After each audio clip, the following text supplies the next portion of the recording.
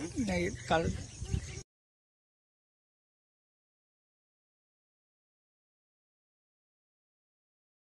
मी वडा येथील पोलीस पाटील असून पोलीस पाटलाचे काम करतो। त्या दिवशी ते प्रिया मॅडम आली आणि 19 तारखेला ट्रॅक्टर पकडले म्हणून मला सकाळी 8 वाजता आणि ते ट्रॅक्टर दाखवलं। त्याच्यानंतर ते ट्रॅक्टर आम्ही इकडे गेल्यानंतर ट्रॅक्टर खाली